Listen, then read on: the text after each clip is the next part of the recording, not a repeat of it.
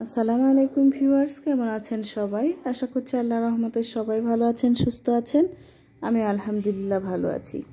তো আজকে তৃতীয় রমজানের জন্য রান্নাবান্না করছি, আর কি রান্নাবান্না করছি সেগুলো আপনাদের সাথে শেয়ার করব। আশা করছি শেষ পর্যন্ত আমার সাথেই থাকবেন। তো প্রথমে আমি মুরগির সামান্য একটু মাংস ছিল, সেগুলো ভেজে নিচ্ছি।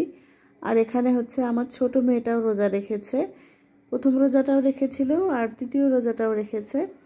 তো আমার মেয়ে বলছিল যে আম্মু খিচুড়ি রান্না করো।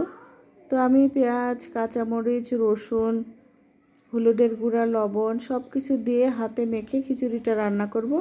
আর এভাবে আমাদের অঞ্চলের মানুষরা কিন্তু রমজান মাসে হচ্ছে খিচুড়ি রান্না করে। আর এর সাথে আমি দিয়ে দেব রান্না করা হচ্ছে ছোলা। তো হাতে মেখে নিয়ে আমি রাইস কুকারের ভিতরে দিয়ে দেব পরিমাণ মতো পানি দিয়ে, আর সাথে দিয়ে দিব হচ্ছে আমার রান্না করা ছোলা। আর এভাবে কিন্তু খিচুড়ি রান্না করলে খেতে ভালো লাগে। আপনারা কে কে এরকম করে খিচুড়ি খান অবশ্যই কমেন্টে জানাবেন। তো খিচুড়িটা বসিয়ে দিয়ে এবার আমি হচ্ছে মুরগির মাংসটা রান্না করে নিচ্ছি। তো একটা পেঁয়াজ আর মশলা তেল দিয়ে ভালোভাবে ভেজে নিয়ে তার ভিতরে হলুদ, লবণ, মরিচের গুঁড়া, পেঁয়াজ, রসুন, আদা, জিরা বাটা দিয়ে ভালোভাবে কষিয়ে নিয়ে সাথে দিয়ে দিলাম একটা টমেটো। আর এই টমেটো দেওয়ার কারণে মুরগির কালারটা হবে একেবারে লাল লাল, মানে এক কথায় বলা যায় মুরগির লাল ঝোল। তো ভালোভাবে কষিয়ে নিয়ে আমি এর সাথে আলু অ্যাড করে দেব, দেশি লাল আলু। আর মুরগির সাথে কিন্তু আলু খেতে আমার বাচ্চারা অনেক পছন্দ করে। আর ব্রয়লার মুরগি এরকম ভেজে রান্না করলে খেতে বেশ ভালোই লাগে। তো বেশ খানিকক্ষণ কষিয়ে নেওয়ার পরে কালারটা দেখেন কত সুন্দর এসেছে টমেটো দেওয়ার কারণে। আর এদিকে আমার খিচুড়িটাও হয়ে যাচ্ছে। তারপরে আলু দিয়ে কিছুক্ষণ কষিয়ে নেওয়ার পরে আমি হচ্ছে ঝোলের পানি দিয়ে দেব মুরগির মাংসে। তো এখন আলু দিয়ে দিচ্ছি, আলু দিয়ে কিছুক্ষণ কষাবো, তারপরে দিয়ে দেব ঝোলের পানি। যেসব ভাই বোনেরা আজকে প্রথম আমার চ্যানেলটি ভিজিট করছেন, আপনাদের কাছে যদি আমার ভিডিও ভালো লাগে তাহলে আপনাদের কাছে রিকোয়েস্ট রইল, প্লিজ আপনারা আমার চ্যানেলটি সাবস্ক্রাইব করবেন, লাইক, কমেন্ট, শেয়ার করে দিবেন। তো খিচুড়িটা আমার হয়ে গেছে, একেবারে ঝরঝরা খিচুড়ি। পরিমাণ মতো রাইস কুকারে পানি দিয়ে বসিয়ে দিলেও কিন্তু ঝরঝরা খিচুড়ি হয়। তো খিচুড়ি আর আমার হাজবেন্ড ক্ষীরা এনেছিল, সেই ক্ষীরাগুলো কেটে নিয়েছি।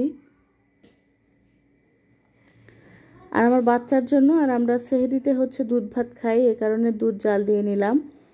তারপরে আমি আর একটা মাছের তরকারি রান্না করব।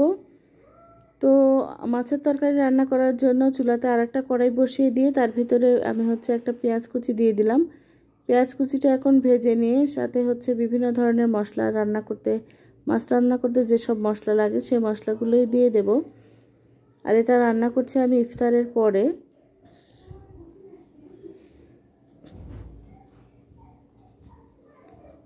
তো হলুদ, লবণ, মরিচের গুঁড়া, বাটা মশলা দিয়ে মশলাটা কষিয়ে নিয়ে আমি হচ্ছে মাছ দিয়ে দেব।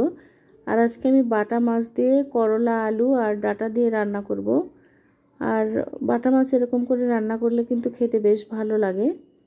আর আমার হাজব্যান্ডের আর আমাদের করলার তরকারি অনেক ভালো লাগে, এই কারণে টাটকা টাটকা করলা দিয়ে আর হচ্ছে ডাঁটা আর আলু দিয়ে আমি এই ছোট ছোট বাটা মাছগুলো রান্না করে নেব। আর আমার হাজব্যান্ড কিন্তু এই তরকারি দিয়ে সেহরিতে ভাত খেয়েছে, আমার কাছেও বেশ ভালো লেগেছে। আমার বাচ্চারা করলা খেতে খুব একটা পছন্দ করে না, ওরা রান্না তরকারি খায় না, ভাজি করলে একটু খায়। তো আমার কাছে কিন্তু বেশ ভালোই লাগে করলার তরকারি। তো ভিডিওটা বড় হয়ে যাবে আপনাদের সাথে, এই কারণে অল্প করে শেয়ার করছি। ভালোভাবে কষিয়ে নিয়ে ঝোলের পানি দিয়ে তার ভিতরে মাছগুলো দিয়ে দেব, মাছগুলো যে কষিয়ে তুলে রেখেছিলাম সেই মাছগুলো। আর দেখতে দেখতে কিন্তু আজকে 4টা রমজান, মানে 4টা রোজা হয়ে যাচ্ছে। এরকম করতে দেখতে দেখতে সবগুলো রোজাও শেষ হয়ে যাবে।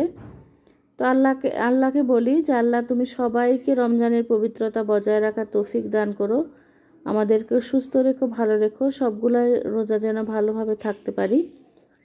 আর সুস্থতা যেহেতু আল্লাহর বড় নিয়ামত, সুস্থ না থাকলে কিন্তু কোনো কিছুই ভালো লাগে না। তো আল্লাহ সবাইকে সুস্থ রাখুক, ভালো রাখুক। তো বাটা মাছ দিয়ে করলা, আলু আর ডাঁটার ঝোলটা আমার প্রায় হয়েই গেছে। তো আমার জন্য সবাই দোয়া করবেন, আল্লাহ যেন আমাকে সুস্থ রাখে, ভালো রাখে। সবার জন্য শুভকামনা। আসসালামু আলাইকুম।